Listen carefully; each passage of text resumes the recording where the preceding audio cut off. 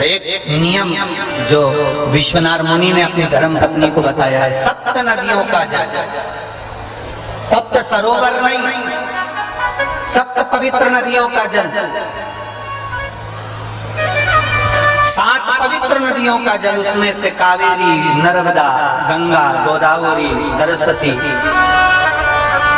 जितनी ये 7 नदियों की पवित्रता है, मंदाकिनी, नर्मदा, गंगा आदि, यमुना, 7 नदियों का जल एकत्र कर, और 7 नदियों के जल से किसी भी महादेव के मंदिर में एकांतेश्वर महादेव का नाम ले। कौन से महादेव? हमने पहले कथा में कहा है, कई बार एकांतेश्वर महादेव की कथा भी कही है, सुनिए आप लोगों ने। एकांतेश्वर महादेव का हमने वर्णन किया है। जिस दिन तुम्हें लगे कि मेरा यह काम होना चाहिए, उस दिन एकांतेश्वर महादेव के पास जाकर बैठ।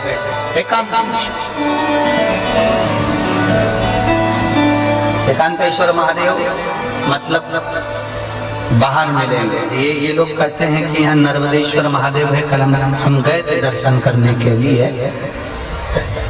इनका कहना है कि ये नर्मदेश्वर महादेव है, पर हमारा जो स्पर्श मात्र से हम जो समझते हैं, हमने ये जाना है कि ये जो धारा है, ये जो भूमि है तारा बाबा की जो कुटिया है, ये शहर से दूर होना चाहिए। अर्थात पहले यहाँ शहर नहीं थी, ये एकांत में थे, एकांत में थे।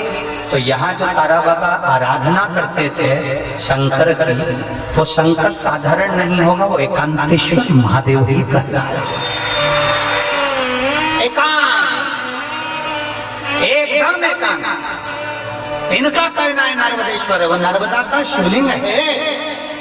शिवलिंग कहीं का भी हो सकता है, पर उसकी एकांतता देखी जाती है, एकदम मौन स्थिर बैठे, जहाँ केवल शिव के सिवा कुछ भी नहीं, शंकर के सिवा कुछ। जो आया वो गुफा के चक्कर में घुस गया, जिसको शंकर से मिलना था वो डायरेक्ट पहुंच गया, उसे गुफा से मतलब ही नहीं रहा, उसे तो एकांतेश्वर से मतलब था। पहुंचा, बैठा, जल चढ़ाया, स्पर्श किया और चल बाबा से अपने दिल की बात, हृदय की बात, एकांतेश्वर। 7 नदियों का जल रखकर 7 बेलपत्र के ऊपर 7 नदियों का जल, एक बेलपत्र ली, उसके ऊपर एक कटोरी में, एक बाटी में, एक पात्र में एक नदी का जल, दूसरी बेलपत्र ली, दूसरी कटोरी में फिर जल, फिर तीसरी में बाबा की आराधना कर कर, शिव से विनती कर कर, भगवान शंकर के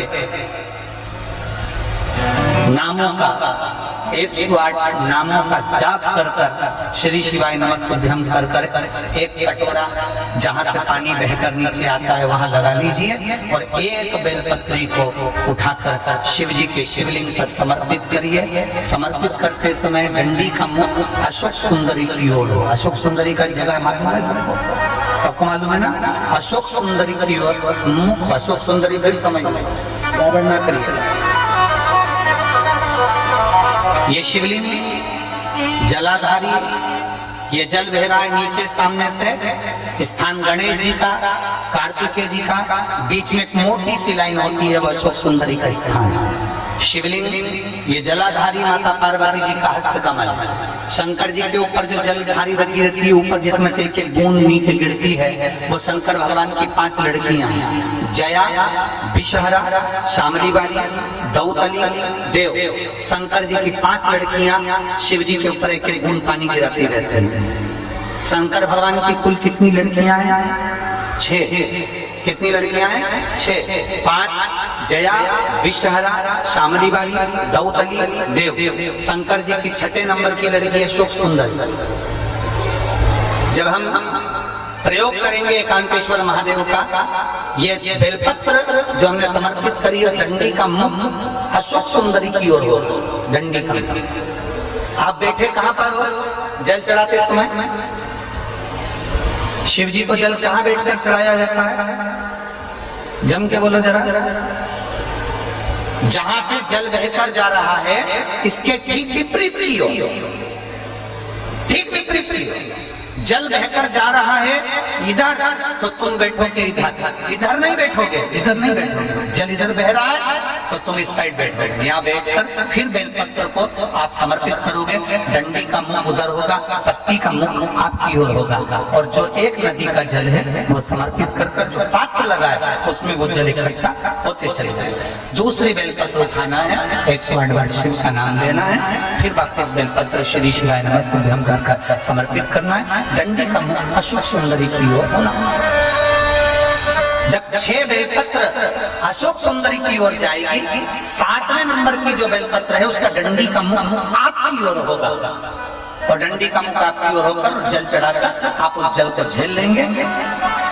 जहां नंदी बैठे हैं, नंदी का जो पांव जिस जगह पर उठाओ, अगर इस पांव उठाओ तो इस ओर, ये पांव उठाओ तो इस ओर, नंदी का पांव जहां उठा रहता है वहीं पर बैठकर पति पत्नी दोनों उस जल को आचमन कर लेंगे, दोनों उस जल को पूरा पी जाएंगे, और बाबा से झोली पसार कर प्रार्थना करेंगे कि हमें संतान का सुख देना, मेरा देवाधिदेव महादेव। एकांतेश्वर महादेव का स्मरण करिए, एकांतेश्वर।